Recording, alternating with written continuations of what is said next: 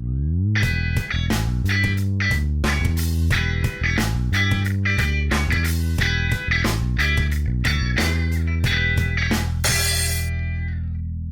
terminávamos a Lei Penal no Tempo, não é isso? Falamos de algumas questões interessantes. Terminamos falando das leis excepcionais atemporárias, não foi isso? Demos o exemplo da situação econômica brasileira, né? E vocês entenderam, então, o sentido da redação do artigo 3º do Código Penal, né? Que diz que, no caso das leis excepcionais ou temporárias, ainda que elas venham a ser revogadas depois, os crimes cometidos durante a sua vigência ficam sujeitos a elas. Não é? A gente não tem a aplicação de uma abolitio criminis ou de uma retroatividade benéfica ao agente nessas hipóteses, por conta da excepcionalidade dessas normas. Eu acho que ficou claro para vocês a diferenciação que se faz dentro do processo valorativo aqui. Eu dizia que faltava falar de duas hipóteses. Uma delas são as chamadas leis híbridas, não no sentido que está aqui, mas no sentido de retroatividade parcial. Então, a pergunta que a gente faz é a seguinte, e eu vou dar um minutinho. A pergunta que a gente faz é a seguinte: imaginem que o sujeito cometeu, sei lá, um crime qualquer durante a vigência da Lei 1. Então, aqui a gente tem a Lei 1, que prevê uma pena de 1 a 5 anos. 2 a 5 anos para a prática do crime. Durante a vigência dessa lei, o indivíduo cometeu um crime. Depois surge uma Lei 2, que prevê uma pena um pouco diferente para o crime, de 1 a 6 anos. E agora está no momento de vocês, juízes, sentenciarem o nosso réu. Pergunta, senhores juízes, que lei vocês aplicam? Lei 1 ou Lei 2?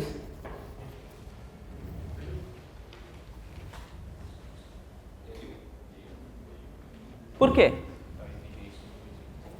Bom, a Lei 1 é a lei que atende o princípio da legalidade, não é isso? A lei anterior ao crime. Mas a pergunta que eu faço é possível aplicar retroativamente a segunda lei? Abrindo mão da legalidade? Eu vou falar, essa segunda lei foi mais favorável. Ela é mais favorável? Puxa, professora, essa parte aqui é, né? Essa parte aqui não é. Puxa, então ela é mais favorável ou não?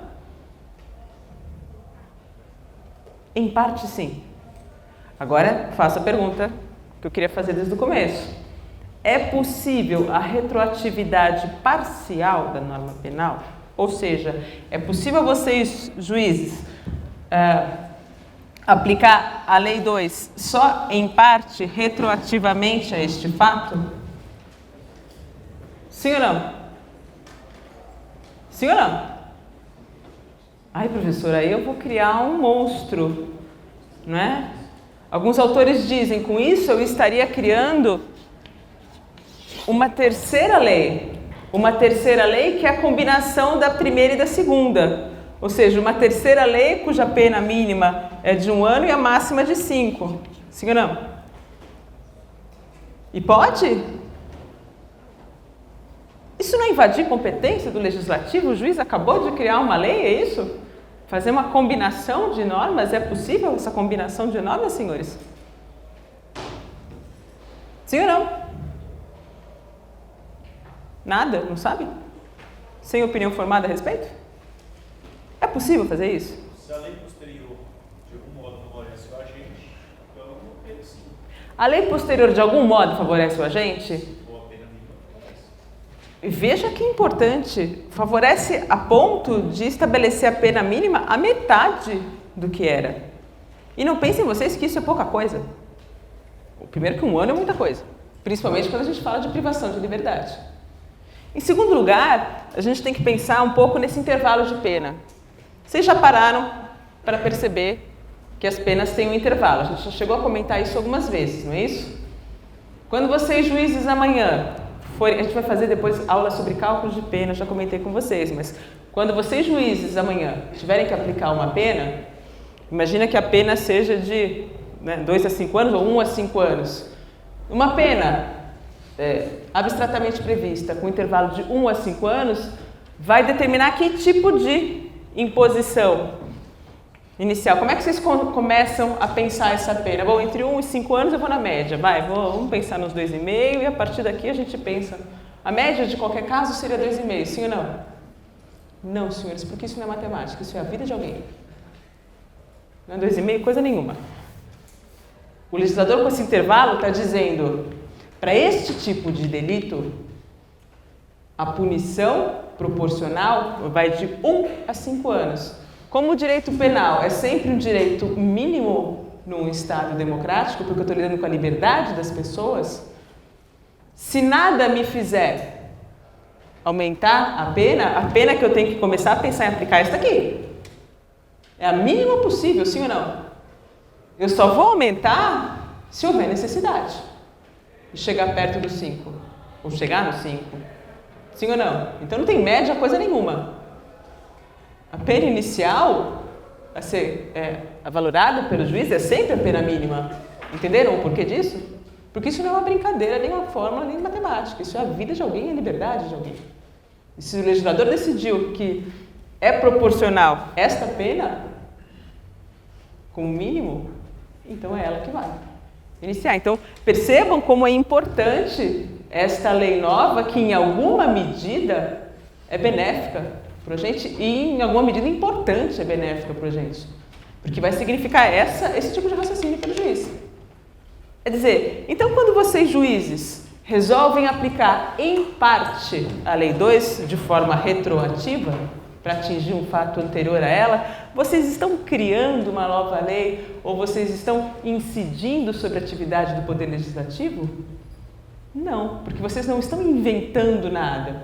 Vocês estão se baseando num parâmetro objetivo e pré-dado pelo legislador. Não foram vocês que estabeleceram esse número. E estão colocando aqui. Então, é possível a retroatividade parcial da norma penal? A resposta é sim. Sim. Você tinha uma pergunta? A primeira a incidência no crime, independente da gravidade, ela tem a punição mínima ou não? Não necessariamente. A gente vai calcular depois a pena, vai aprender como calcula a pena e tem uma série de fatores que vão incidir no processo valorativo do juiz para que ele escolha um número dentro desse intervalo. E o intervalo é muito grande muitas vezes, né? Só pensar no intervalo do próprio homicídio, 6 a 20, né? Ou 12 a 30. Olha que intervalo gigantesco, né? 30 é muito diferente de 12, né? Quase 3 vezes. Vamos mudar um pouquinho a nossa linha do tempo. Agora a gente tem uma lei 1, a prática de um fato criminoso pelo agente, uma lei 2 mais benéfica, não me importa agora discutir qual seja o benefício, mas basta saber que ela é mais benéfica para o agente, e uma lei 3, que é mais prejudicial ao agente do que a primeira.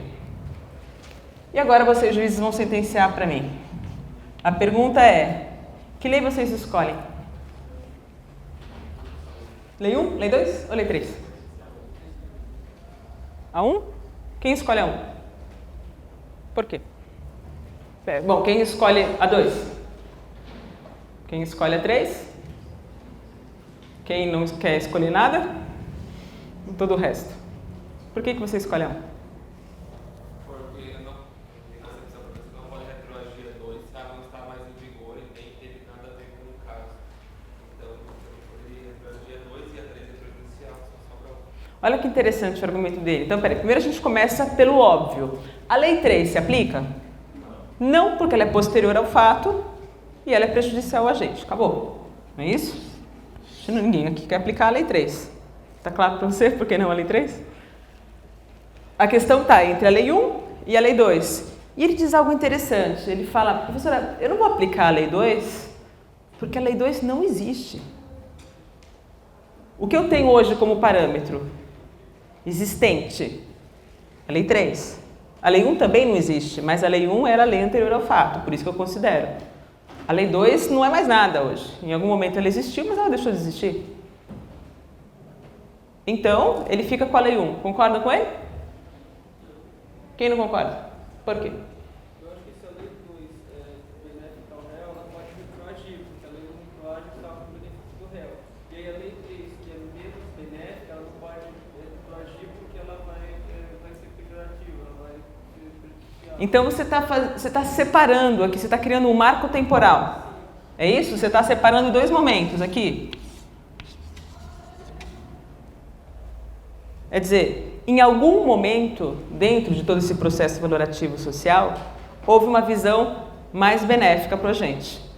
Sim ou não? Nesse sentido, se a gente trabalhasse só com esse primeiro momento, a gente veria que a Lei 2 retroage para atingir o fato. Não é isso?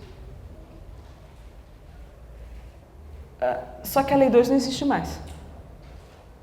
Então é difícil falar que ela retroage, porque também ela não está aí. O que ele diz é, neste momento se inaugura um marco que, por significar um benefício a gente no sentido de justiça, ganha estabilidade. E tem que ser considerado daqui para frente. E se eu considerar esse marco daqui para frente, vou ver que a Lei 3 não pode ser aplicada porque ela é maléfica.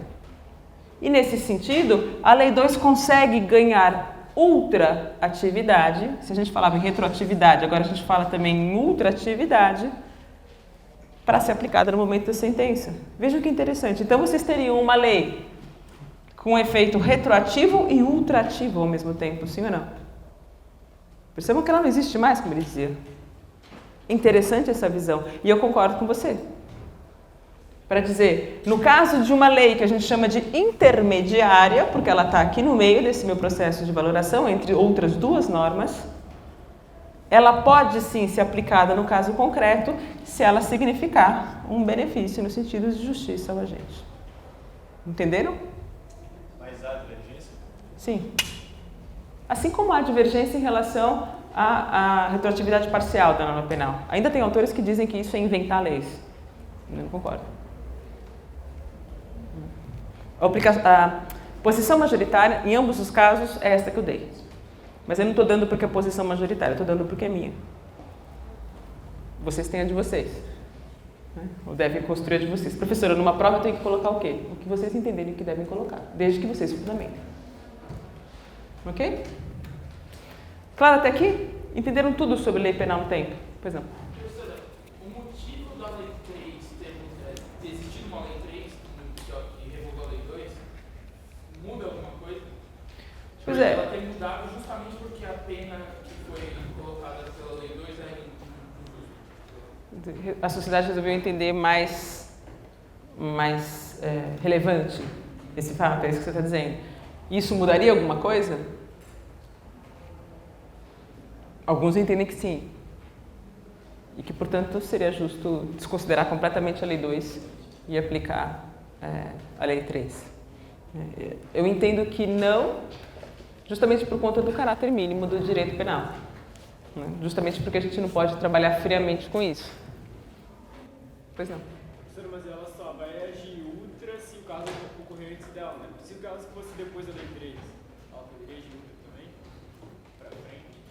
E se o caso acontecesse lá no final? Veja que, historicamente, houve uma sucessão de normas a disciplinar um determinado crime, não é? E o caso está lá depois da Lei 3 e antes da sentença. Que lei vocês aplicam? A Lei 3. Não é? Aí não tem o que dizer.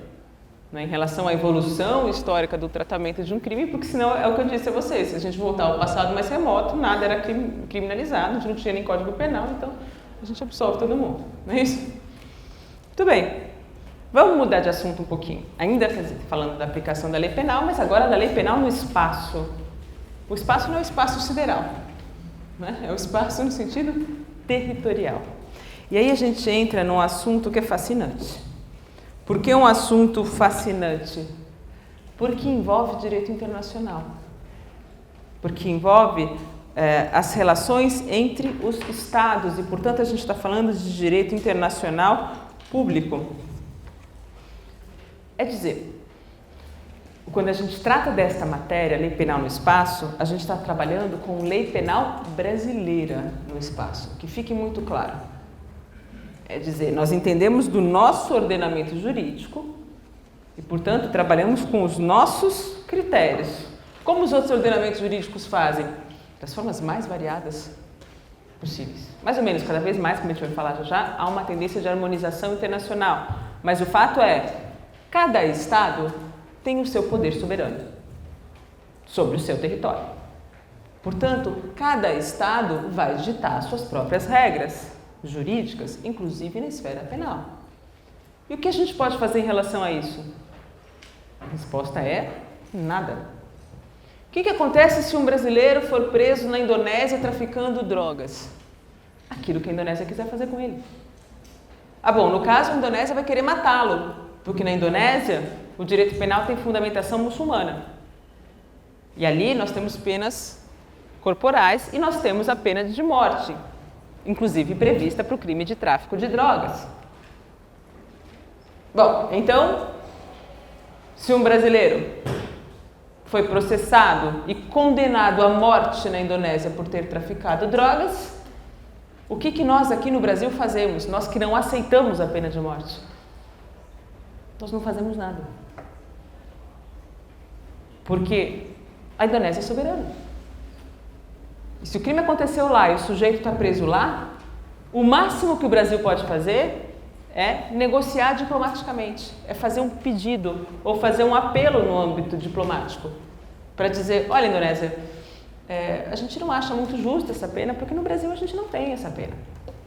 E vocês sabem que isso aconteceu mais de uma vez entre Brasil e Indonésia. E o que a Indonésia de fato respondeu ao Brasil nesses casos? O problema não é meu. Por que o sujeito veio aqui cometer este crime? Aqui a lei é assim. E o Brasil ainda tentou interferir diplomaticamente, não é, por meio do seu corpo diplomático, para dizer, olha, que tal então a gente comutar essa pena? Por que não transformar essa pena de morte numa pena de 30 anos de prisão? Esse sujeito já tem 34 anos, com mais 30 anos de prisão ele vai ser um velhinho, tá bom. A Indonésia falou, esse é o meu direito penal. E ele é estruturado desta forma. Se não é justo para vocês, vocês não são o nosso Estado. E eu não vou retirar a credibilidade do meu direito penal porque vocês estão pedindo. E foi o que aconteceu. O que aconteceu com este brasileiro? Ele morreu. Ele foi executado. Não é? Para a nossa apreensão, para o nosso escândalo, não é? No Brasil. Quer dizer, mas isso é assim. Isso é assim. Porque cada Estado tem o seu poder soberano. E o contrário também acontece. Porque se alguém vier pedir alguma coisa diferente para o Brasil vai dizer, eu tenho meu direito, eu tenho a minha carga político-valorativa e eu aplico o direito como eu, Estado brasileiro, entendo justo. E acabou. Portanto, a gente está falando aqui das nossas regras. Como os outros estados vão se comportar em relação às nossas regras, isso é outro problema. E é um problema diplomático. Ok? Vamos começar a discutir um pouquinho, então, a lei penal no espaço. Parece óbvio, por conta de tudo aquilo que eu acabei de falar, não é? Da soberania do Estado, do poder soberano do Estado, que, então, o Estado brasileiro tem o poder de fazer aplicar o seu direito no âmbito do seu território. Sim ou não? Assim, por exemplo, se numa festa da São Francisco, um intercambista alemão esfaquear até a morte uma intercambista chinesa, pergunto a vocês, pode-se aplicar o direito penal brasileiro a esses dois? O que o Brasil tem a ver com o alemão ou com a chinesa que morreu? Quer dizer, o crime foi cometido no território brasileiro. E então, por conta do poder soberano brasileiro, se aplica o direito penal brasileiro no âmbito do seu território. E esta é a nossa regra geral, é o princípio da territorialidade, previsto no artigo 5º do Código Penal, que fala exatamente isso que a gente acabou de afirmar. Claro até aqui? Pois não. Todos os estados De novo, a gente está falando do Brasil. Todos os outros estados têm? Normalmente sim. Pode ser que haja regras diferentes? Então, se no caso, Pode depender do estado. se no caso da Indonésia não tivesse essa questão, poderia talvez Sim, agora, difícil, não é? Um estado que abra mão do seu poder soberano. Não conheço um estado que faça isso. Não é? Normalmente os estados têm o seu poder soberano. E assim exercem na esfera penal. Essa é a regra geral. Se há uma regra geral, é claro que a gente tem outras questões que envolvem mais complexidade e que talvez fujam essa regra geral. E eu posso formular 1 milhão de perguntas como essa que você acabou de formular agora. É dizer, e se o atual presidente da República for fazer uma conferência na Suécia e ali durante a conferência um chinês levanta e fala golpista, pum, e dá um tiro, matando o nosso presidente da República? A pergunta é, eu posso aplicar o direito penal brasileiro? Porque isso não tem a ver com o artigo 5º do Código Penal. A gente não está falando de território brasileiro. E se vocês, viajando de férias para a Espanha, encontrarem a professora que vai lá para a Espanha dar aula normalmente, portando maconha? Tenho certeza que vocês vão usar rapidamente seus smartphones e registrar aquela cena intrigante. A pergunta é, eu posso aplicar o direito penal brasileiro a esta brasileira cometendo um crime na Espanha? Mas, se eu quiser matar meu marido de forma mais criativa hoje, e eu convido a um cruzeiro, a Silvana conhece meu cruzeiro perigoso, né? Ela nunca aceitou meu convite a fazer cruzeiro. Convido meu marido para um cruzeiro romântico em alto mar, no nosso veleiro. E durante o cruzeiro, o drogo e o atiro no mar. E ele se afoga. Em águas internacionais. Você aplica a lei penal brasileira? É o meu caso? E assim a gente pode ir brincando com os exemplos, como o dos crimes virtuais, a gente vai falar já deles. E a gente descobre um monte de situações mais complexas do que a nossa regra geral. E vamos trabalhar com cada uma delas. O importante para fazer esse trabalho é entender a lógica que rege essa matéria, da lei penal no espaço. E qual é a lógica? A lógica é evitar a impunidade. Evitar o chamado crime perfeito. Um crime que seja praticado e que, por qualquer motivo, não encontre uma resposta penal. Essa é a preocupação não só do Brasil, mas a preocupação do mundo, senhores, hoje. Não é? Evitar a impunidade. E aí perceberam que a gente começa a sair daquele discurso manualístico do A matou B e começa a entrar num âmbito muito mais complexo de criminalidade, da criminalidade atual. E, de fato, hoje a gente tem A, que na China contrata B na Rússia para praticar um crime C na Noruega, que vai gerar efeitos D no México. E esses efeitos vão atingir a vítima E que mora no Brasil. A gente pergunta, que lei penal se aplica? Ou pode se aplicar a lei penal brasileira a este fato? Essa é a cara dos crimes hoje. Né? E se no século XX se discutia, ou se começou a discutir muito sobre essa maior complexidade da criminalidade, começou a haver uma preocupação muito grande com o que a gente chama de jurisdiction shopping, ou seja, sobre o fato do agente poder escolher estados em que ou não há a punição daquela conduta, ou a punição é muito mais branda do que outros estados. Ah, professor, alguém faz isso? Escolhe onde vai cometer o crime? Sim, senhores. Sim, senhores. Inclusive em matéria de corrupção, por exemplo. Imagine-se uma empresa multinacional. Vocês têm a decisão de estabelecer plantas em países distintos. Imaginem que a empresa de vocês, multinacional, é uma empresa bastante ambiciosa e pouco ética. Me interessa manter relações espúrias com funcionários públicos para com isso obter vantagens. Ou seja, me interessa praticar corrupção. Então eu posso escolher o país para onde eu vou, sim ou não? Com a minha planta, para com isso conseguir obter mais vantagem. Eu não vou ser louca de fazer uma planta da minha empresa justamente no país que pune muito severamente a corrupção, se eu quiser seguir com essas minhas práticas pouco éticas, não é? Eu vou escolher um lugar mais propício para isso, sim ou não?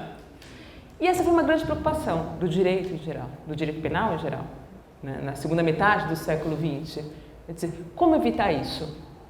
Vocês já ouviram muito falar também dos chamados paraísos fiscais, sim ou não? Ainda hoje temos alguns, cada vez menos, é bem verdade. Por que cada vez menos? Por conta dessa preocupação de não impunidade, não é? De evitar a impunidade. Ou seja, a ideia de cada vez mais os estados conseguirem conversar entre si e estabelecerem regras para evitar a prática do crime perfeito. Um exemplo muito claro disso é o exemplo da Suíça, que no século XX era tida como a grande ilha, não é, de impunidade. Onde é o lugar mais seguro do mundo para se ter uma conta bancária? Na Suíça. Pelo simples fato de que a Suíça não informava. Então o Brasil batia lá na porta da Suíça e falava, olha só, a gente tem um político aqui brasileiro que está sendo acusado de corrupção, a gente queria saber se ele tem conta aí. E a Suíça dizia, não sei, mas como não sabe? Tem aqui o nome dele, é só pesquisar. Não, a gente não vai informar. Porque isso é ferir a credibilidade do nosso sistema financeiro em relação aos nossos clientes. A gente não vai fazer isso. A Suíça faz isso hoje? Não. A Suíça mudou radicalmente. Né? E foi o que possibilitou, inclusive, pegar muitos casos de corrupção. Então a gente fala, bom, hoje aqui o agente político brasileiro X, presidente da Câmara, tem conta? Tem. Essas todas aqui, olha. Quer os documentos? Tem inclusive a assinatura dele, tem tudo aqui. Por que a Suíça fez isso? Ela é boazinha agora e antes era malvadinha? Isso é fruto de pressões internacionais. É claro que os estados não resolvem cooperar mais porque se conscientizam mais em relação a uma realidade. Pressões internacionais significa ou você está no grupo ou você sofre sanções político-econômicas. Ou você está fora do grupo e é marginalizado. Por isso que hoje há uma tendência de uma harmonização para evitar a impunidade. Então, cada vez mais nós temos essa lógica. E dentro desta lógica que nós vamos trabalhar com essa matéria de lei penal no espaço. Nós dizíamos então, a regra fundamental é o princípio da territorialidade. No território brasileiro, se aplica a lei penal brasileira. Isso nos leva à necessidade de estudar inicialmente dois parâmetros, quais sejam o conceito de território e o lugar do crime. A gente fala que se aplica a lei penal brasileira a crimes ocorridos no Brasil, não é isso? O que são crimes ocorridos no Brasil? A gente está falando do lugar do crime. Qual é o lugar do crime? Vou andar de novo. Que pergunta idiota. O lugar do crime é o lugar onde aconteceu o crime, não é isso? Mais ou menos. E eu começo a trabalhar com o seu exemplo. O que é isso aqui? Eu vou exercitar as minhas habilidades de ilustradora. A Silvana sabe, Silvana. Então não vale você responder. O que é isso aqui? A fronteira entre o Brasil e a Argentina. Ok? Imaginem que um indivíduo no Brasil seja um hacker. E com a sua habilidade de intrusismo, de invadir o sistema informático em geral, ele consegue acessar a conta de uma vítima na Argentina e com isso ele obtém R$1 milhão. Entenderam qual é o crime? Agora eu pergunto para vocês, aonde o crime aconteceu? No Brasil ou na Argentina? Como nos dois? No Brasil ou na Argentina? Aonde está o crime? É uma pergunta simples que eu estou fazendo. A Argentina é um lugar onde se deu o resultado. O Brasil é o local onde se deu a conduta. Qual que era o momento do crime mesmo do artigo 4º que a gente estudou? O momento do crime era o momento da conduta, lembra disso? Vamos adotar a mesma teoria? Por que não? Vamos ser coerentes, não é isso? A gente está falando de um Código Penal todo sistematizado. Se a gente andou na aula passada até o artigo 4º, hoje a gente vai do artigo 5º até o artigo 10º do Código Penal. Vamos ser coerentes? Então, com base no próprio artigo 4º, do momento do crime, o local do crime também vai ser o local da conduta, ainda que seja outro local do resultado. Sim ou não? Vem problemas nisso? Eu vejo. Que é o problema da impunidade. Prestem atenção. Imagine que foi o contrário.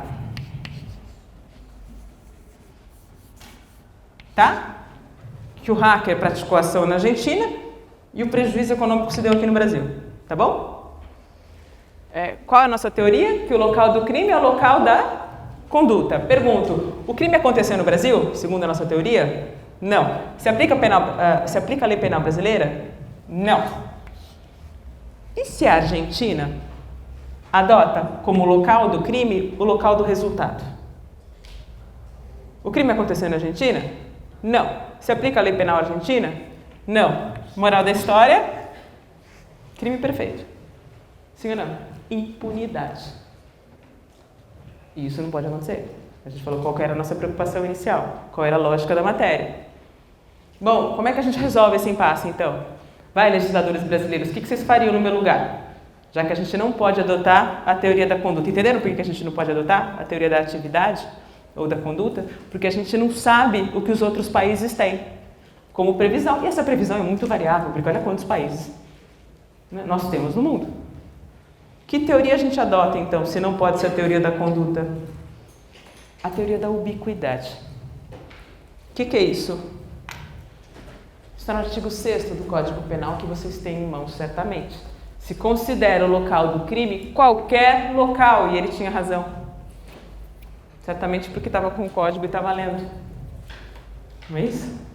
O local do crime é qualquer local, ou seja, o local da conduta, o local do resultado, ou ainda o local em que o resultado teria ocorrido se o crime tivesse se consumado. Isso para trabalhar com os crimes tentados.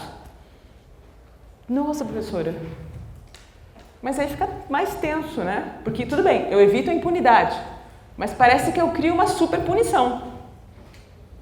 Porque se eu considero o local do crime qualquer local, então certamente aquele crime eu vou considerar que foi cometido no Brasil, não é? Sujeitando o indivíduo ao direito penal brasileiro, não é isso? Mas pode ser, e não é que pode ser, qualquer teoria que a Argentina adote, aqui vai levar também à aplicação do direito penal argentino. E aí? Aí o sujeito vai ser punido conforme o direito penal brasileiro e conforme o direito penal argentino? Isso parece justo a vocês? Segundo a nossa carga principiológica? Aplica-se o mais favorável. É? Aplica-se o mais favorável. Aplica-se o mais favorável? Desde que haja punição. Qual é o problema aqui? O problema é a dupla punição, é o que a gente chama de bis in idem, que no Brasil é intolerável, segundo o nosso ordenamento e a nossa carga principiológica.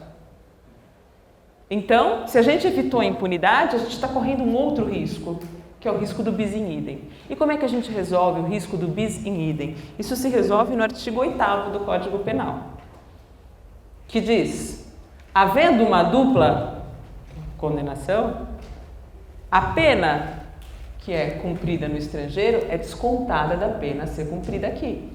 Então, se o indivíduo é condenado na Argentina a uma pena de 3 anos, e é condenado, e cumpre a pena lá, e no Brasil é condenado a uma pena de 5 anos, quantos anos de prisão ele vai cumprir no Brasil? 2. Isso evita o bis in idem. Pronto. E isso evita a impunidade também, de outro lado. Pronto. Entenderam a lógica do artigo 6º? De por que a gente adota a teoria da ubiquidade para o local do crime? Fácil até aqui? Seguimos. Se a gente entendeu o local do crime, a gente tem que entender o conceito de território. O que é território juridicamente? O que eu posso dizer que é um território? Território é o âmbito espacial sujeito ao poder soberano do Estado. Não é? E esse âmbito espacial sujeito ao poder soberano do Estado não se limita só ao solo, mas vai também ao subsolo, ao espaço aéreo, às águas marítimas Já ouviram falar no mar territorial. Tudo isso é regulado por normas jurídicas na esfera internacional. E vocês vão aprender tudo isso em direito internacional público. Nós vamos trabalhar muito mais profundamente com o conceito de território. Além do território propriamente dito, do território brasileiro propriamente dito, ainda há casos em que se considera uma situação de expansão do território nacional. E são justamente os casos de embarcações ou aeronaves de natureza pública brasileira, aonde quer que eles estejam. Então imaginem que um navio da Marinha Brasileira esteja ancorado no mar territorial da Indonésia, fazendo exercícios militares. E 2 marinheiros brasileiros resolvem se matar lá dentro, estão estressados e brigando sobre o campeonato de futebol. É dizer, aonde o crime aconteceu? No Brasil. Não, professora, está em mar territorial da Indonésia. Não me importa, o navio é brasileiro. É da Marinha Brasileira, portanto, de natureza pública, a serviço da Marinha Brasileira. Isso é considerado expansão do território nacional. Pois não? Isso é para todos os países? Ou, porque, por exemplo, a Indonésia poderia não considerar que essa expansão... Por isso que a gente está falando. Isso é sempre um risco. O que os outros países consideram? Sei lá. Normalmente há uma harmonização. Não é? Então, normalmente se respeita isso, se considera desta forma. Não é? Mas pode ser que não. E se acontecer que não? E se a Indonésia entender que ali é o seu território, desconsidera completamente o navio e quer julgar o fato? Aí ela julga. Não é? O que a gente pode fazer em relação a isso? Não é? Se não houver aqui um diploma internacional a regular essa questão, normalmente há. Mas se não houver um diploma internacional a regular essa questão, a gente não tem o que fazer. É interessante falar, e aí eu já estou entrando em matéria internacional, e por isso que eu falo que essa matéria é fascinante. É importante dizer que qualquer documento internacional, né, e a gente está falando de normas internacionais, vai esbarrar na soberania dos Estados. E só dão certo, só funcionam na medida em que há um combinado dos Estados em relação a esses documentos. Então, os Estados têm que aderir a esses documentos internacionais. A gente chama isso de ratificação. Na medida em que os Estados aceitam esses documentos passam a vincular os Estados. Mas nem sempre os Estados aceitam esses documentos. Aliás, a gente vai ver na aula de hoje vários casos em que os Estados não querem nem saber desses documentos internacionais. E isso começa a gerar alguns conflitos. A gente já vai entrar neles. Pois não? Então, ainda os consulados também são... Ah, que legal. E as embaixadas? Alguém aqui já foi para Brasília? Tem lá a Rua das Embaixadas, já foram visitar? É linda, cada mansão maravilhosa, né? Então vocês têm ali a Embaixada dos Estados Unidos, da Alemanha, da Espanha, todas elas lindas, maravilhosas, uma casa melhor que a outra. O que é isso? São considerados territórios por expansão dos respectivos estados soberanos? É isso? Então Brasília tem só uma parte de Brasil, todo o resto é outro país? Na verdade, tecnicamente, não. A Convenção de Viena estabelece, no caso das embaixadas, não um caso de expansão do território, mas um caso de inviolabilidade, tecnicamente falando. Ou seja, as embaixadas que estão no Brasil estão em território brasileiro, mas se considera materialmente que para que seja viável a atividade diplomática, a representação diplomática pelos Estados, que se tenha uma inviolabilidade desses lugares. Que ficam, então, sujeitos à jurisdição, não só à aplicação da lei penal, mas à própria jurisdição dos seus países respectivos. Não porque ali seja território da Alemanha e dos Estados Unidos, mas porque esses locais que são dentro do território brasileiro são invioláveis. Então, por exemplo, na Holanda, é lícito, pode comercializar o uso recreativo da maconha. Se o cara quiser ir na embaixada da Holanda e vender maconha... Tá, vamos falar já dessa questão e perdeu a graça já essa questão, porque a Holanda, inclusive, mudou a sua legislação e não pode mais comprar droga naqueles cafés divertidos de Amsterdã. Só os nacionais podem, justamente para evitar o turismo, né, ilícito, né, o turismo de drogas. Então, a gente falou dos casos de expansão de território, do conceito de território e da nossa regra geral. Isso tudo para trabalhar com o artigo 5º do Código Penal. Mas a gente viu que esse artigo não responde aquelas perguntas que a gente se fez no começo da aula, trabalhando com outros casos. E aí a gente vai ter que lançar mão de outros princípios que vão, na verdade, temperar o princípio da territorialidade. E dentre esses princípios, a gente pode começar pelo princípio real ou de defesa. Hoje eu espero que todos estejam com o Código Penal, porque eu não vou ler artigo nenhum, eu vou comentar artigos que vocês estão lendo, ok? E a gente vai falar fundamentalmente sobre o artigo 7º do Código Penal, que é um artigo longo, inclusive. O primeiro princípio, excepcional em relação ao princípio da territorialidade, é o princípio real ou de defesa. Por conta desse princípio, se aplica a lei penal brasileira a um crime cometido fora do território brasileiro, independentemente da nacionalidade de quem tenha cometido esse crime, se esse crime atingir um bem jurídico especialmente caro ao Brasil. O que significa um bem jurídico especialmente caro ao Brasil? O artigo 7º, inciso 2º, letra B do Código Penal, traz essas hipóteses. E começa pelo exemplo mais clássico, e foi o exemplo que a gente deu em aula. Não é? Um crime contra a vida do chefe de Estado brasileiro sujeita o seu agente, o seu autor, à lei penal brasileira. Então, se aquele indivíduo chinês na Suécia atirou no nosso presidente da República e matou o nosso presidente da República, a gente pode aplicar a lei penal brasileira a ele? Sim. Mas o crime não aconteceu no Brasil? Não importa. Quem cometeu o crime não é brasileiro? Tampouco importa. O que importa é que houve a ofensa do bem jurídico caro demais para nós. Que não é simplesmente a vida, é a vida do chefe de Estado. Entenderam o princípio real de defesa? Bom, mas aí a gente pode ir um pouco além, não é, nesse princípio. É dizer, bom, imaginem que esse chinês seja preso lá e julgado lá. Aliás, imaginem um escândalo que é praticar um crime contra qualquer chefe de Estado em qualquer país. Não é? Acho que o interesse da Suécia vai ser enorme, até político, de mostrar uma resposta, não é, para a sociedade e julgar aquele indivíduo. Bom, então imagine que ele seja julgado e condenado lá. Interessa ao Brasil punir esse indivíduo ainda? Interessa, diante do bem jurídico atacado. Então, ainda que o indivíduo seja condenado lá, isso não impede a aplicação da lei penal brasileira aqui.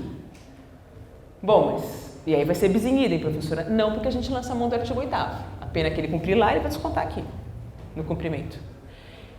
E se por qualquer motivo que a gente desconhece, porque não conhece o ordenamento jurídico sueco, o juiz sueco absolver esse chinês, por entender que ele agiu em legítima defesa? Sei lá, não consigo imaginar praticamente isso, mas enfim. Ele foi absolvido, por qualquer motivo lá. Posso aplicar a lei penal brasileira? Posso igualmente. De novo, diante da importância do bem jurídico para a gente.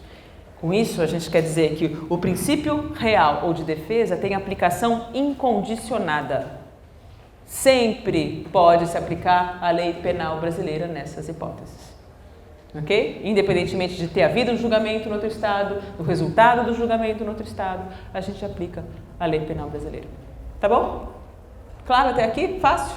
Seguimos. O segundo princípio, do qual a gente pode lançar a mão, trabalhando com lei penal no espaço, é o chamado princípio da nacionalidade ou da personalidade, previsto no artigo... então eu mudei. O princípio da nacionalidade e da personalidade é o que é previsto no artigo 7º, inciso 2º, letra B. O princípio real ou de defesa é previsto no inciso 1º do artigo 7º. Então, segundo o artigo 7º, inciso 2º, letra B, que prevê o princípio da nacionalidade ou da personalidade, se aplica a lei penal brasileira ao brasileiro que cometer crime, mesmo que fora do território nacional. Que coisa! Então vamos lá. Imaginem que eu estou, ou vocês estão em julho, já programaram a viagem de julho, não? Já, professora, eu vou lá conhecer o Mickey, eu vou para Disney. Não é isso? Vou para os Estados Unidos. E vocês vão para os Estados Unidos e conhecendo o Mickey, vocês aproveitam para roubar alguém. É isso? A pergunta é, pode se aplicar a lei penal brasileira a vocês que cometeram esse crime lá nos Estados Unidos? Hã? Bom, professora, a senhora acabou de dizer que sim. A pergunta é, por quê? Sociedade brasileira, eu também faço parte. Qual a relevância para a gente disso? Hein? O roubo aconteceu aqui? Atinge a nossa sociedade? Ah, professora, indiretamente sim, porque atinge a imagem do Brasil, sim ou não? Ah, não vai me dizer que um roubo ali... Vocês ouviram? Vocês têm conhecimento dos roubos praticados nos Estados Unidos por brasileiros? Vocês sabem o que está acontecendo, ou sabem? Sabem nada. Então não venham me dizer que um roubo vai atingir a imagem do Brasil e que isso justifica a aplicação da nossa lei penal. Porque tudo isso é irrelevante, sim ou não? Então por que diabos a gente pode aplicar a lei penal brasileira a um brasileiro que cometeu crime no exterior? Qual o sentido disso? Lembra da lógica geral? Qual é a lógica geral? Evitar a impunidade. Não entendi onde estaria a impunidade. Estaria na seguinte hipótese. Se vocês, que foram conhecer o Mickey no último dia da viagem, resolveram aproveitar que é o último dia e cometeu um roubo, vocês vão ficar lá para ver o resultado, não? Acho que não, né? Se vocês forem espertos o suficiente, vocês vão pegar o primeiro aviãozinho e voltar para o Brasil, sim ou não? Para assegurar o produto do roubo aí obtido por vocês, não é? Muito inteligentes. Por que muito inteligentes? O que vai acontecer depois disso? Os Estados Unidos estão bravos, não é isso? O Estado norte-americano provavelmente vai querer aplicar o seu direito penal. Só que vocês estão aqui, não estão lá. Então ele vai processar vocês lá e vai bater na porta do Brasil e falar, tudo bem, tem aí um brasileiro que cometeu um crime de roubo e a gente acabou de condenar uma pena de 5 anos, peça ele para a gente só um pouquinho durante 5 anos que a gente vai aplicar uma pena, a gente já devolve depois, porque a gente também não tem interesse em manter esse sujeito aqui, só para cumprir a pena. Não é isso? O que o Brasil vai responder? Não. Não. Quando um brasileiro comete crime no exterior e volta ao Brasil, o Brasil teria 2 opções. Entregar esse brasileiro por um estado correspondente, isso se chama extradição, a gente vai estudar no final da aula de hoje, ou não entregar. E o Brasil opta, como os países em geral o fazem, opta por não extraditar os seus nacionais. Isso, inclusive, está previsto na própria Constituição brasileira. O Brasil não extradita os seus nacionais. Então, quando os Estados Unidos baterem na nossa porta, a gente vai dizer, desculpa, não vou entregar. Ora, isso já não é um problema. Se eu não vou entregar, para que não haja impunidade, eu tenho que ter uma contrapartida. E a contrapartida é essa. É a aplicação da lei penal brasileira. Já que eu não entrego, eu faço aplicar o meu direito penal. Entenderam o sentido deste princípio? Pois não.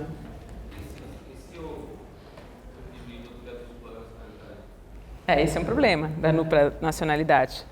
Não é? Porque a dupla nacionalidade implica que o sujeito é nacional também daquele país. Não é? Então, há 2 opções, e hoje está se adotando com maior frequência a segunda. A primeira opção é dizer, bom, interessa a outra nacionalidade que ele tenha, mas se ele tem a nacionalidade aqui, desse estado, esse estado não extradita. A segunda opção de dizer, bom, tudo bem que ele é nacional daqui, mas ele é do outro estado também, então eu vou extraditar. Tem havido, hoje, casos de extradição de dupla nacionalidade, mas tradicionalmente isso não acontecia. É por isso que muitos brasileiros com dupla nacionalidade iam cometer o crime. Esse é o caso famoso do Cacciola, do Salvatore Cacciola, que cometeu crime contra o sistema financeiro no Brasil e fugiu para a Itália, porque era italiano também. E a Itália não entregou para o Brasil. E isso levou a uma perseguição que durou quase 20 anos, durou uns 15 anos, do Cacciola. Enquanto ele vivia na Itália, a polícia brasileira o monitorava, mas não podia pôr a mão, porque a Itália já tinha dito que não ia entregar. Então a polícia brasileira ficou esperando. O quê? Ele fazia turismo. E aí um dia ele resolveu jogar no Principado de Mônaco. O que adianta, né, desviar dinheiro brasileiro se eu não posso usar? E ele resolveu jogar. E aí a polícia brasileira pegou e pediu a extradição e foi concedida, porque já não era a Itália, e ele veio para o Brasil e está até hoje cumprindo a sua pena. Aqui. Hã? Enquanto ele esteve em território italiano, a Itália não entregou. Quando ele saiu da Itália... A Itália estava cumprindo o crime dele aqui no Brasil? Não estava. E aí ele veio cumprir pena aqui. Voltando.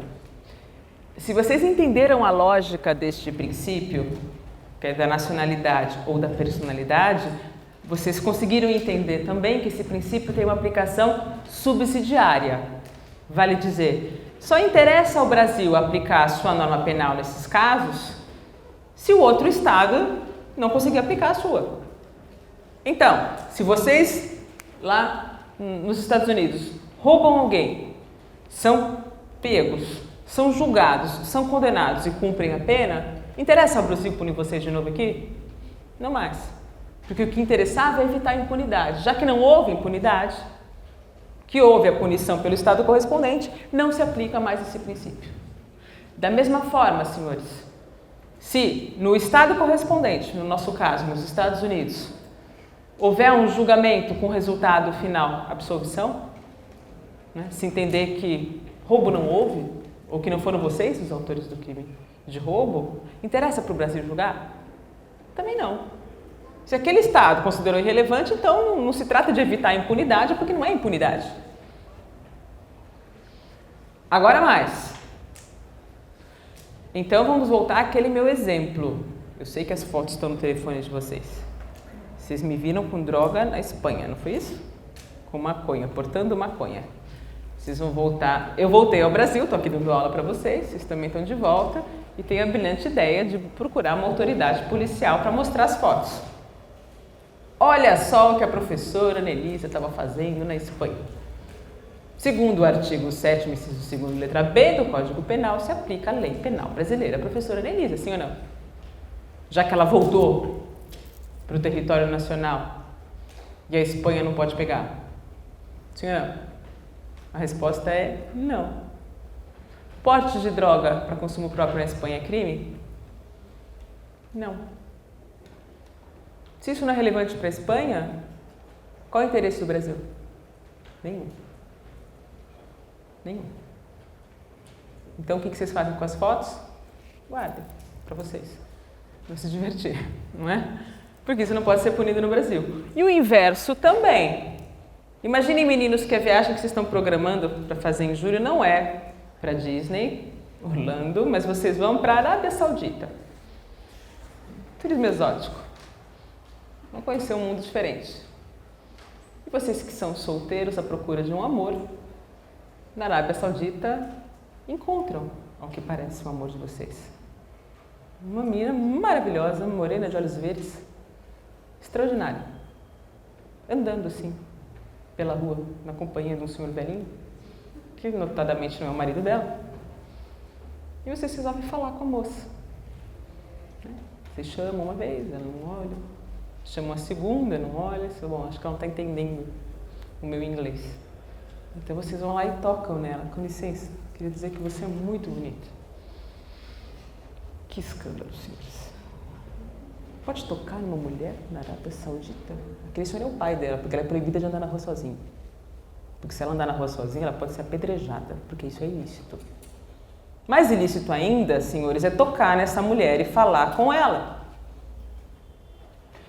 Se vocês forem espertos o suficiente, o que vocês vão fazer? Pegar o primeiro avião e voltar ao Brasil, sim ou não? Porque vocês estão cometendo um crime. Entenderam a gravidade do que vocês fazem? E com base em todo o nosso discurso da soberania do Estado, já entenderam o cuidado que tem que ter quando fazem as suas viagens turísticas?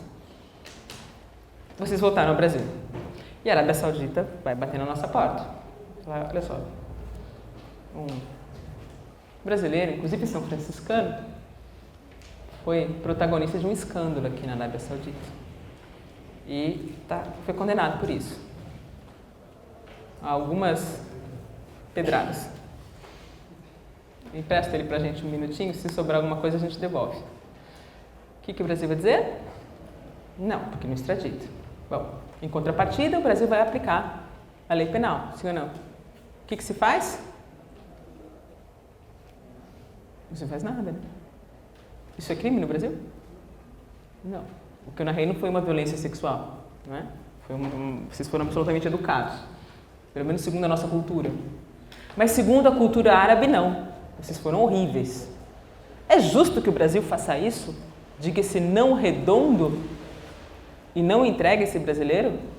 Sim ou não? aí envolve a soberania do nosso Estado. Quer dizer, para a gente isso é justo. Segundo a nossa carga principiológica, isso é justo. Porque não é justo que alguém seja apedrejado porque chamou alguém na rua. Porque a gente não tem base muçulmana no nosso direito.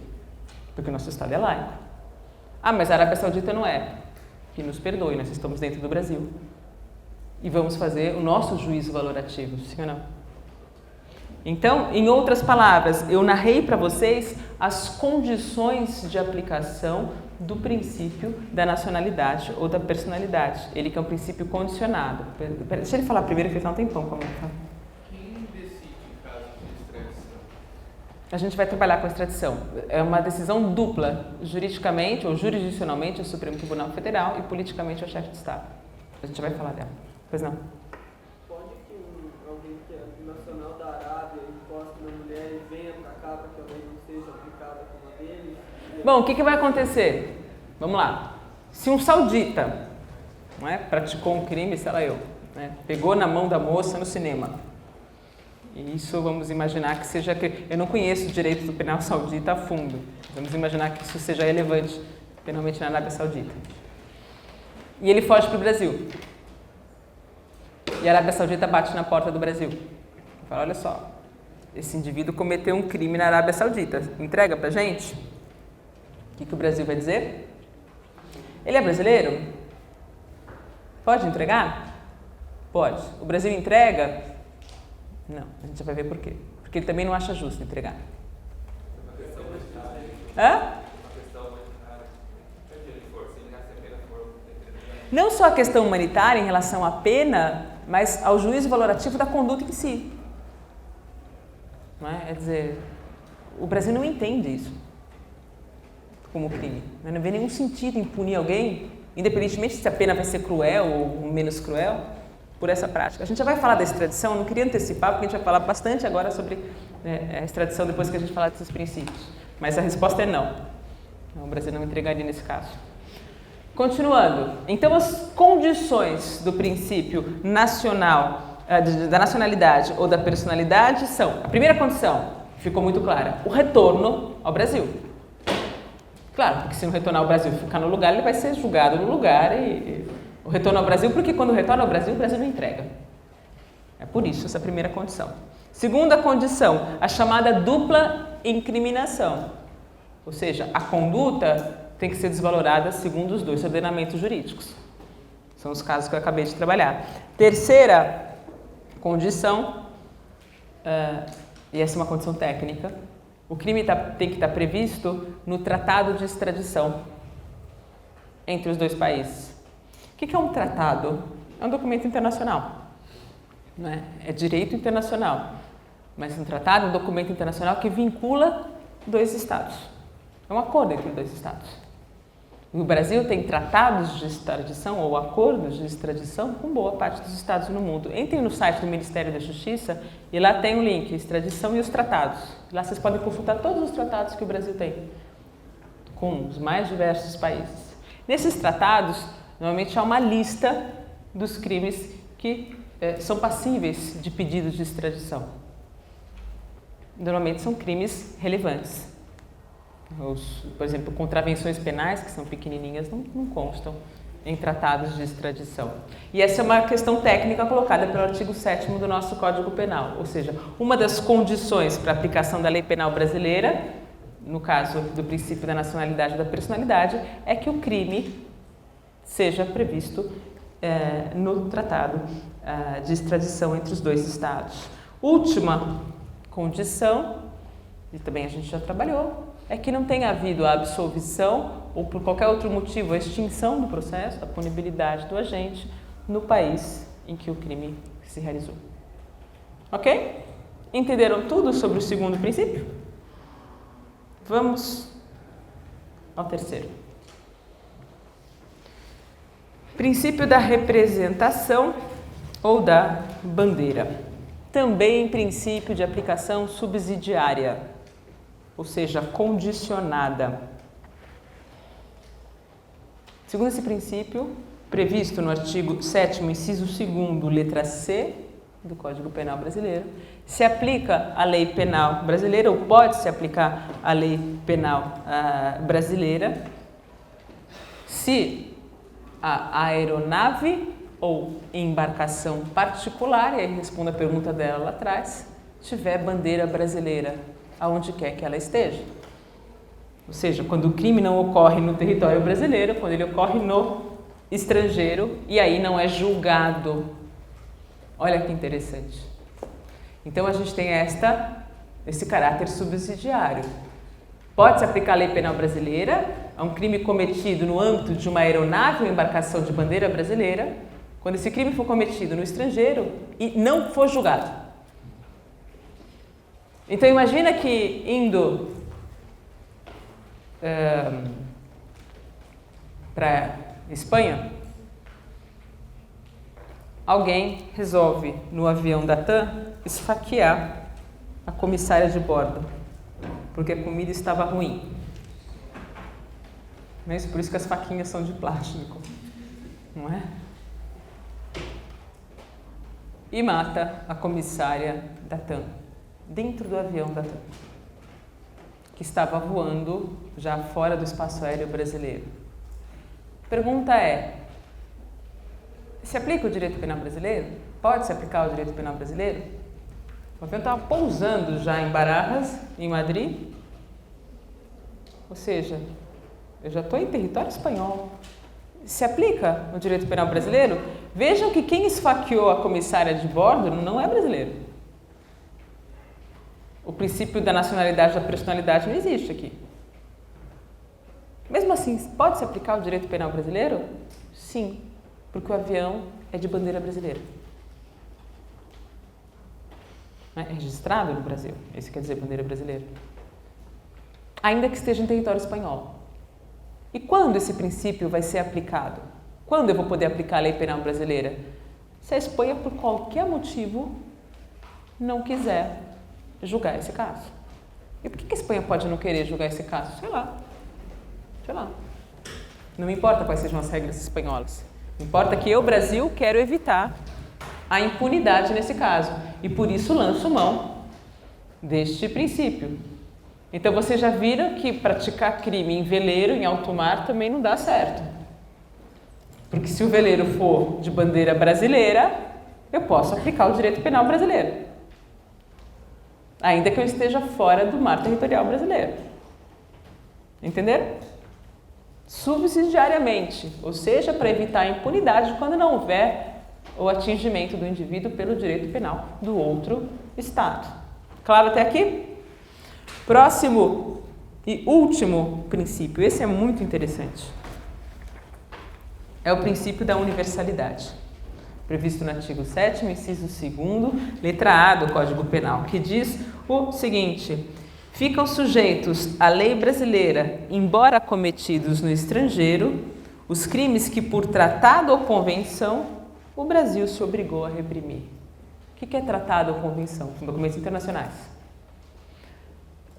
Por que o Brasil se obriga a punir algumas coisas por tratado ou convenção internacional? O que é isso? São aquelas pressões internacionais que eu disse. Por que surgem essas pressões internacionais? Essas pressões internacionais surgem fundamentalmente a partir da Segunda Guerra Mundial, né? E a partir do horror da Segunda Guerra Mundial. Por que horror no sentido jurídico?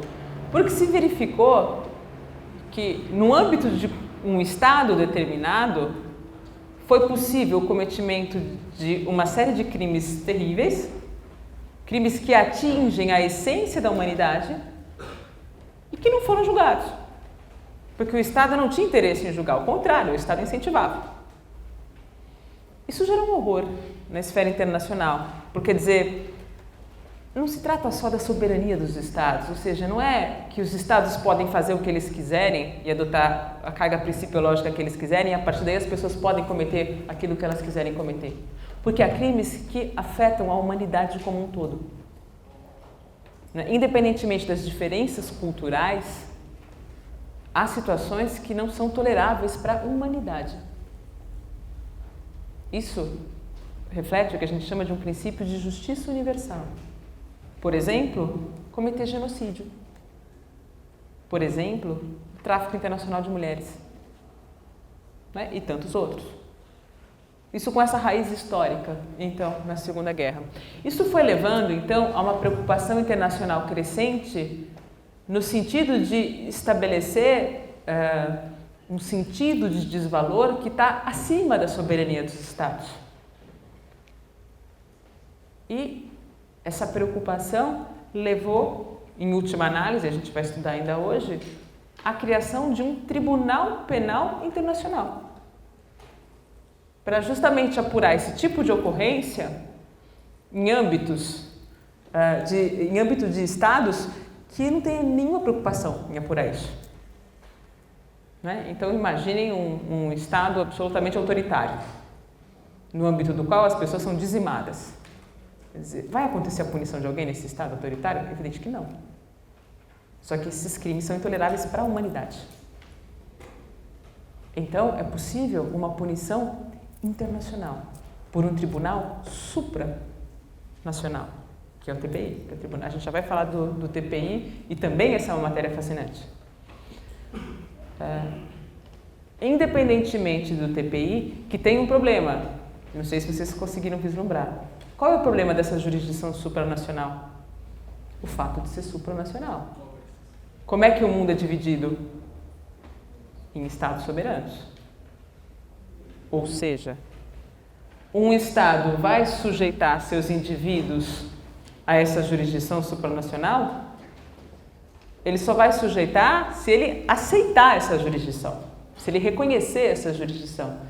Então, o Tribunal Penal Internacional tem validade para aqueles estados que ratificaram o chamado Estatuto de Roma, que é o diploma normativo que cria o Tribunal Penal Internacional, em 1998.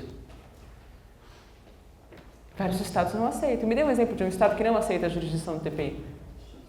Estados Unidos da América. Rússia, China. Puxa, justamente aqueles estados mais complicados, não é isso? Moral da história, o que se faz com isso? Agora vocês começam a entender a lógica desse último princípio, que é o princípio da universalidade, que diz que é possível se aplicar a lei brasileira a um crime cometido em outro estado por alguém que não seja brasileiro. Nossa, professora, isso é muito diferente dos outros princípios, né? Porque qual é a relação do Brasil com isto? Parece que nenhuma. A relação é a relação de humanidade, a partir desse princípio de justiça universal. Quer dizer, alguns crimes são considerados tão graves para efeitos de toda a humanidade que o Brasil se interessa em punir, mesmo que não envolva o brasileiro e mesmo que não envolva o território brasileiro. Como, por exemplo, o genocídio. Então, imaginem que um chinês cometeu um genocídio na China e está passando férias em Copacabana. O Brasil pode aplicar sua lei penal? Pode. Será que o Brasil precisa aplicar sua lei penal? Porque esse princípio também é condicionado. Qual é a condição aqui da aplicação desse princípio? A condição é da prevenção. O que é isso? O Brasil pode aplicar a sua lei penal, se ele for o primeiro a fazer isso. Se houver outros estados que façam isso antes por qualquer outro motivo, o Brasil já não se interessa, porque aí não há impunidade. Aí houve a punição do indivíduo.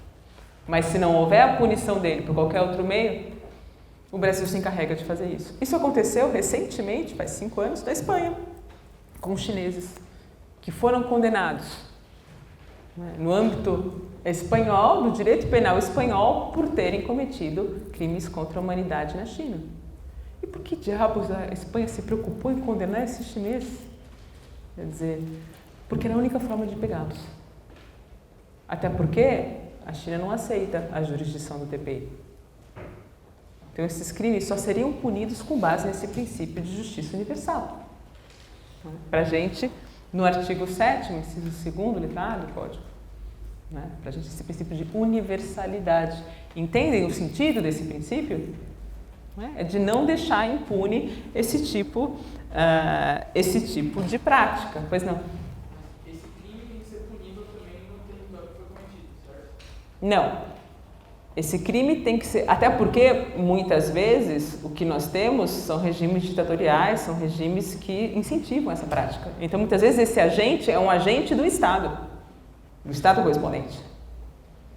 Quer dizer, e o Brasil pode punir esse agente do Estado correspondente, a pessoa física, né? Sim, com base nisso. Qual é a condição, não é? Além da condição de prevenção que eu disse a vocês, conforme o próprio inciso 2º, letra A, que esse crime esteja entre aqueles crimes que, por tratado ou convenção, o Brasil tenha se obrigado a reprimir. E eu dei alguns exemplos, como o tráfico internacional de mulheres e o genocídio. Pensando também na aplicação da lei do tempo agora, se descobre nesse momento que em 1950 veio uma pessoa culpada por um genocídio para o Brasil e não estava normatizado ainda esse princípio no Código Penal. Ele não pode... Não pode. E essa é uma questão interessante, até do TPI, do Estatuto de Roma. Né? Quando o Tribunal Penal Internacional foi criado e o Brasil adere, ratifica o Estatuto de Roma, a pergunta é, bom, então será que a gente pode punir os crimes da ditadura militar no Brasil? Quer dizer, o primeiro artigo do TPI traz o princípio da legalidade. Ou seja, essas normas se aplicam aos fatos que acontecerem a partir de então, não a fatos passados. Isso é o princípio da legalidade, isso é importante. Isso diferencia o TPI do que a gente tinha antes, que era baseado, sim, no princípio de justiça universal, portanto, numa ideia de justiça, mas eram tribunais ad hoc, como o Tribunal de Nuremberg, por exemplo. Não é que vocês falam, não. É um tribunal que teve o seu mérito no sentido, ou eventualmente, né, um mérito no sentido de que de aplicação de uma ideia de humanidade, de justiça, mas que politicamente era um tribunal de vencedores sobre vencidos. Porque foi isso. Não é? E um tribunal constituído depois da prática dos fatos. Então é um tribunal endereçado. Né? Para que serve um tribunal desse? Para apurar o que aconteceu? Não, para condenar determinadas pessoas. Não é isso? Um tribunal posterior sempre é voltado a uma condenação. Isso aconteceu na ex-Yugoslávia, com o tribunal que foi constituído ad hoc. Isso aconteceu em Ruanda. Né? E isso levou à necessidade, então, do estabelecimento de um tribunal anterior a fatos, um tribunal imparcial. Por isso o TPI, por isso o Estatuto de Roma. Mas aí a gente tem o princípio da legalidade. Né? O que se faz? Quer dizer, eu posso aplicar isso a crimes posteriores. Aí a gente brinca um pouco com lei penal no tempo.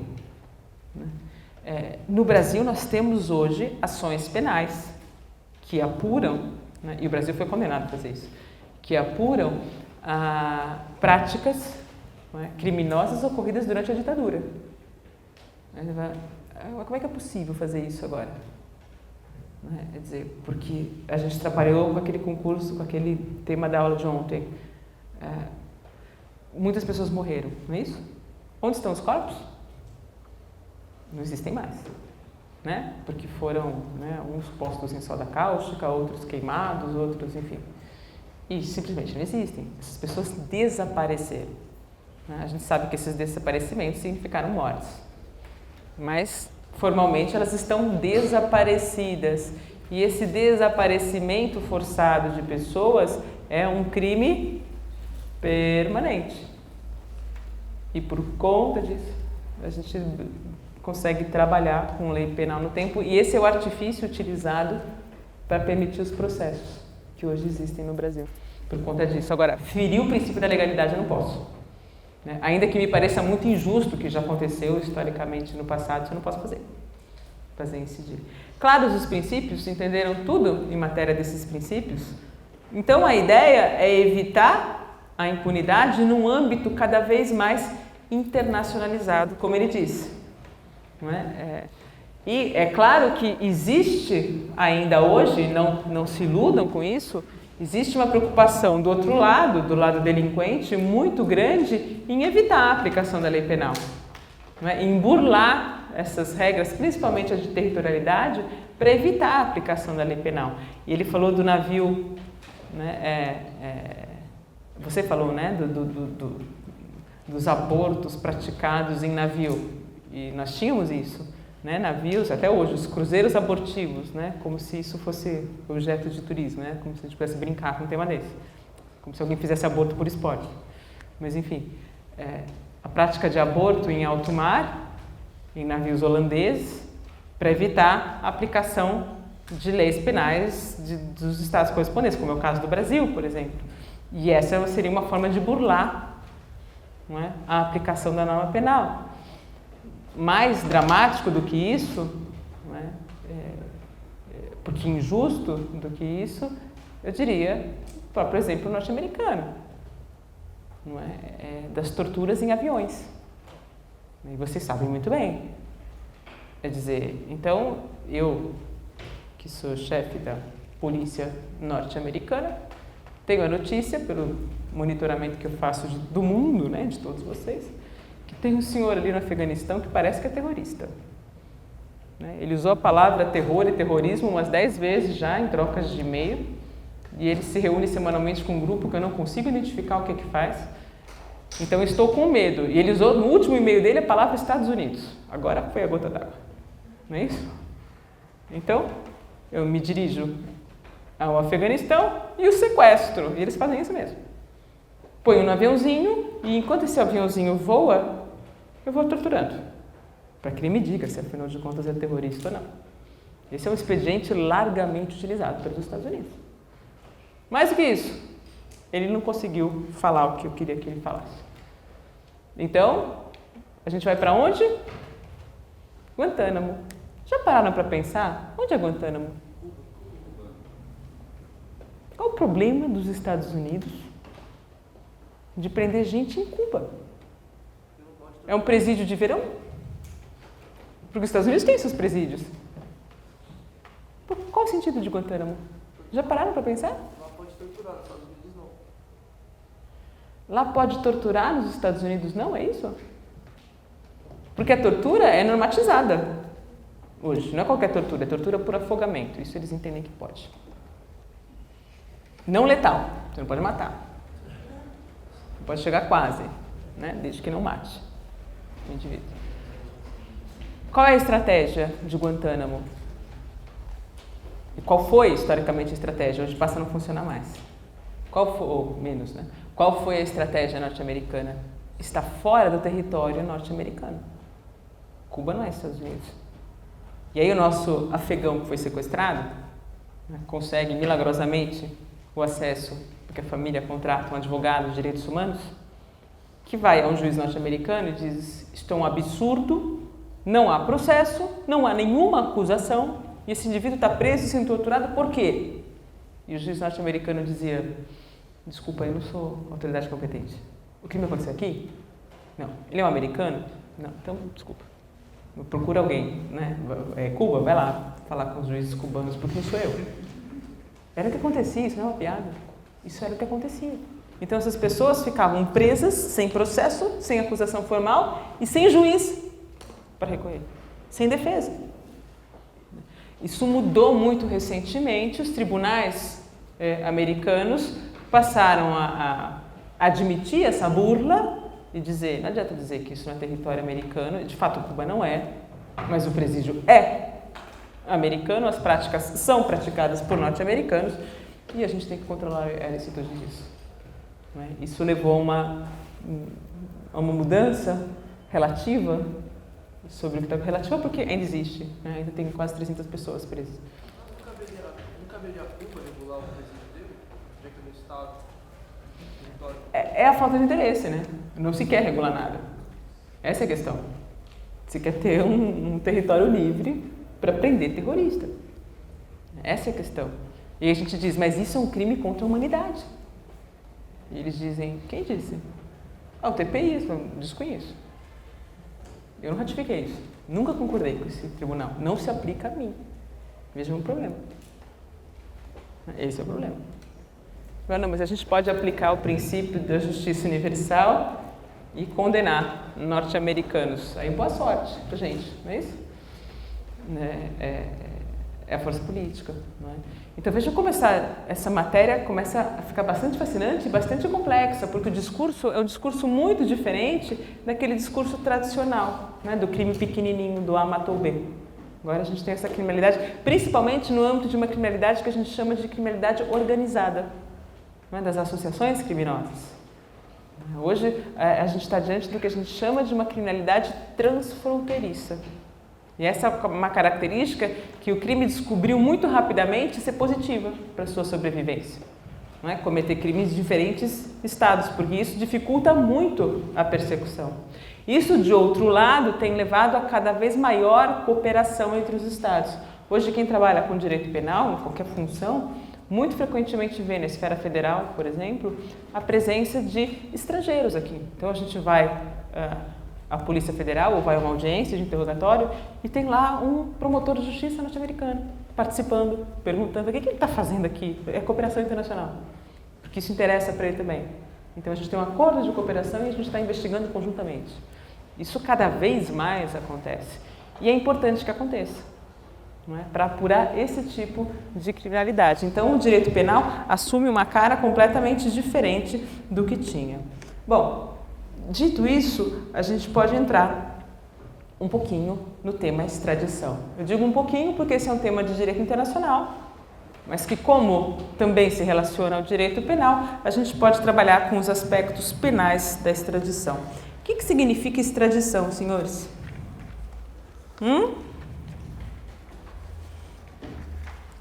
Extradição é um ato de entrega. Entrega de quem?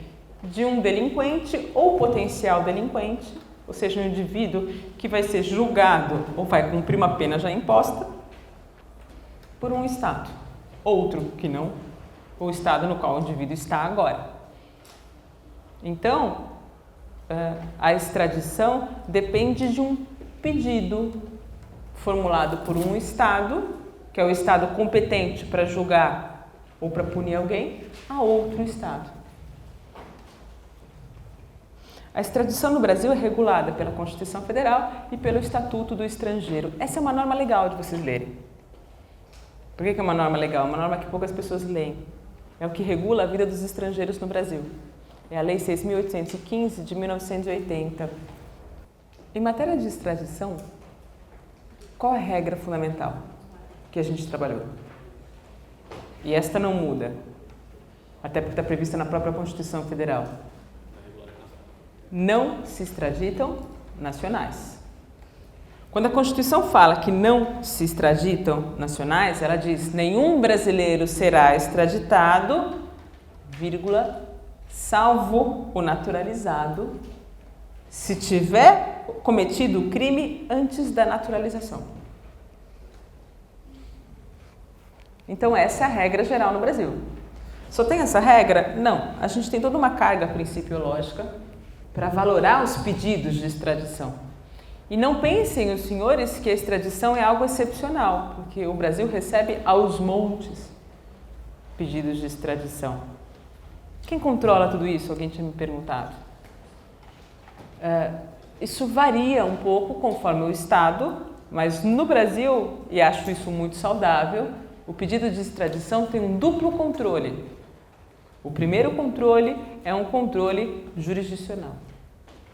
E o segundo controle é um controle político. Em muitos estados ainda, os pedidos de extradição são analisados só politicamente.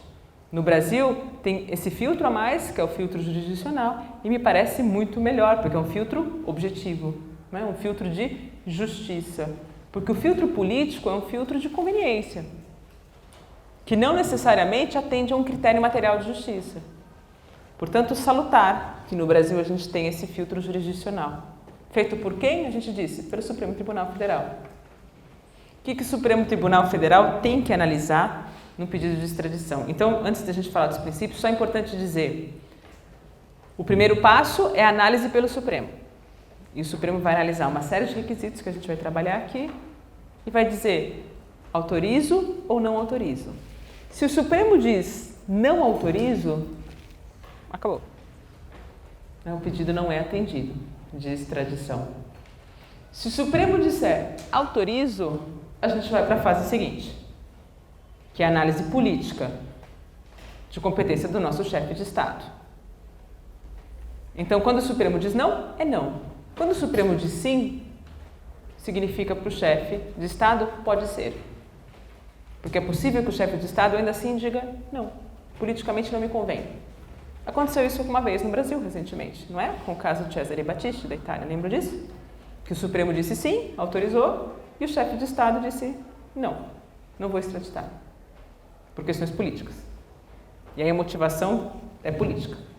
Okay, não é? E aí sujeita a todo tipo de valoração que vocês queiram fazer e que outro Estado venha fazer. E a Itália fez um monte de valorações negativas. Né? A Itália esperneou. Mas só pode espernear, porque de novo a gente está trabalhando com a ideia de soberania. Se o sujeito está no território brasileiro, ele está sob o nosso poder soberano. Não é? E aí o Brasil faz o que bem entender, enquanto o indivíduo estiver aqui. Antes de trabalhar com os princípios da extradição, é importante, e a gente acaba aqui, para a aula que vem falar dos princípios, é importante diferenciar a extradição de duas outras medidas compulsórias de polícia, que vocês ouviram falar várias vezes. A deportação e a expulsão. Já ouviram falar, né? O indivíduo foi deportado. Quando o indivíduo é deportado, o que significa ser deportado? Ambas medidas previstas pelo Estatuto do Estrangeiro.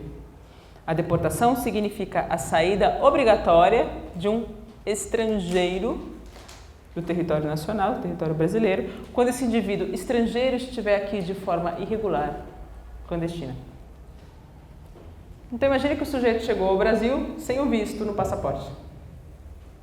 Não é? Ou ele permaneceu aqui por mais meses do que sua condição de turista lhe permitia permanecer. Ele está trabalhando no Brasil, sem ter visto de trabalho. Ele está regular no Brasil? Não. A ele se pode impor essa medida obrigatória de saída. Atenção, deportação e expulsão são medidas aplicáveis a estrangeiros. O brasileiro não pode ser deportado ou expulso do Brasil. Não pode hoje, porque a gente já teve, na nossa legislação penal anterior, né, as penas de degredo, por exemplo, que a gente obrigava um brasileiro a sair do Brasil e viver em outro lugar, normalmente na África, né, por X tempo.